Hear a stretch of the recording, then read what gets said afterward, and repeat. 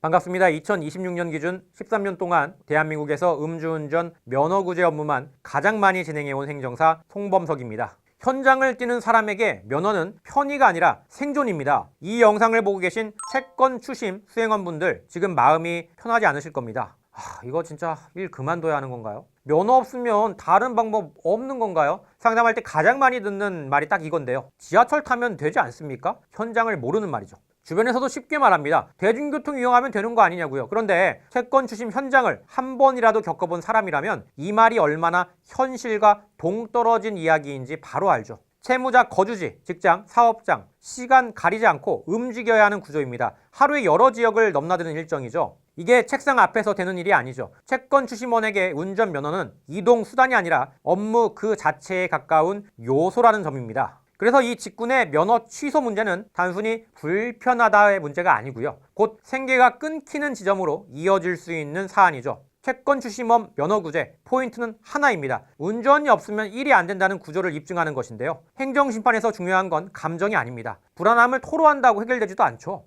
행정심판위원회가 보는 건 딱 하나입니다. 이 사람이 운전을 못하면 실제로 일이 불가능한가? 그 구조가 자료로 설명되느냐가 중요한 거죠. 채권 추심원 사건에서 제가 집중하는 포인트는 다음과 같습니다. 첫 번째, 불시에 움직일 수밖에 없는 업무 구조. 채무자는 약속 잡고 기다려주지 않습니다. 갑작스러운 방문, 즉시 이동이 기본값이죠. 이촉증명서가 있다면 현장 수행원이라는 포지션은 분명히 입증이 가능합니다. 이게 출발점이죠. 두 번째는 주행거리와 이동 빈도입니다. 말보다 강한 건 숫자입니다. 하루의 이동 거리, 한 달 누적 주행거리, 현장 방문 횟수, 업무용 차량 운행 기록부 하나만 제대로 정리해도 차량 의존도에 대한 설명이 강력해지겠죠. 세 번째는 근무 시간이 정해져 있지 않다는 점입니다. 이른 새벽, 늦은 밤, 대중교통이 없는 시간대에도 이동을 해야 됩니다. 물론 요즘은 채권 추심 법이 강화돼서 저녁에는 이동을 하지 않겠지만 그래도 구조에 따라 이동을 하는 경우가 있습니다. 이건 단순 불편이 아니라 구조적 제약에 해당되죠. 행정심판위원회에서도 꽤 중요하게 보는 포인트입니다. 네 번째는 면허 취소가 계약 해지 구조라는 점입니다. 이게 핵심이죠. 채권 추심 업무는 면허가 유지되어야 계약이 유지되는 경우가 많습니다.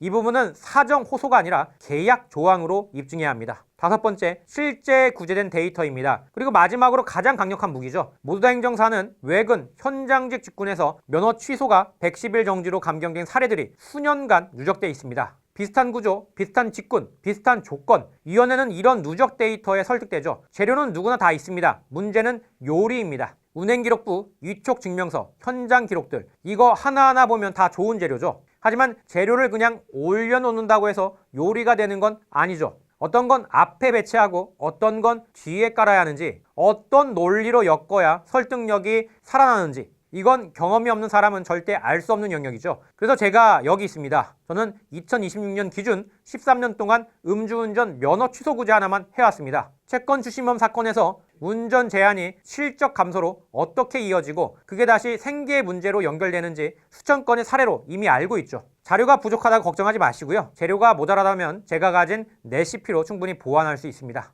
가능성을 살린다면 바로 이분처럼 구제를 받을 수가 있습니다. 지금까지 현장을 뛰며 쌓아온 커리어를 이번 일 하나로 접을 필요는 없습니다. 무너진 삶을 보고 나는 기회, 필요하다면 여러분의 면허 제가 지켜드리겠습니다.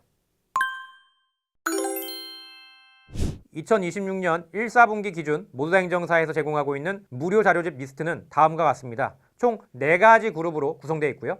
오늘 이야기한 내용처럼 도로교통법 사건을 겪고 나서 막막함을 느끼시는 분들이 정말 많을 텐데요. 상담을 하다 보면 거의 빠지지 않고 나오는 질문이 있죠. 이번에 진짜 실형 나오는 거 아닙니까? 감옥까지 가게 되는 건 아니죠. 이런 질문을 들을 때마다 그 두려움과 답답함이 어떤 건지 저도 너무 잘 알고 있습니다. 그래서 AI 형량 예측과는 별도로 전혀 다른 성격의 자료 하나를 또 준비했습니다. 바로 음주운전 사례 분석입니다. 이 자료는 몇 개월 나왔다 같은 결과만 보여주는 자료가 아니고요. 왜 벌금형이 나왔는지, 어떤 사정 때문에 실형을 피할 수 있었는지, 그리고 그 판단에 실제로 영향을 준 양형 자료가 무엇이었는지를 중심으로 정리된 실제 사례들입니다. 각 사건마다 실제로 어떤 서류가 제출됐는지, 법원에서 어떤 요소들이 반영됐는지, 그 결과값이 어떻게 달라졌는지까지 하나하나 빠짐없이 이 책자에 담아두었습니다. AI 형량 예측이 지금 사건의 위치를 데이터로 확인하는 도구라면 이 사례 분석 책자는 앞으로 무엇을 준비하는지를 구체적으로 보여주는 현장 매뉴얼에 가깝습니다.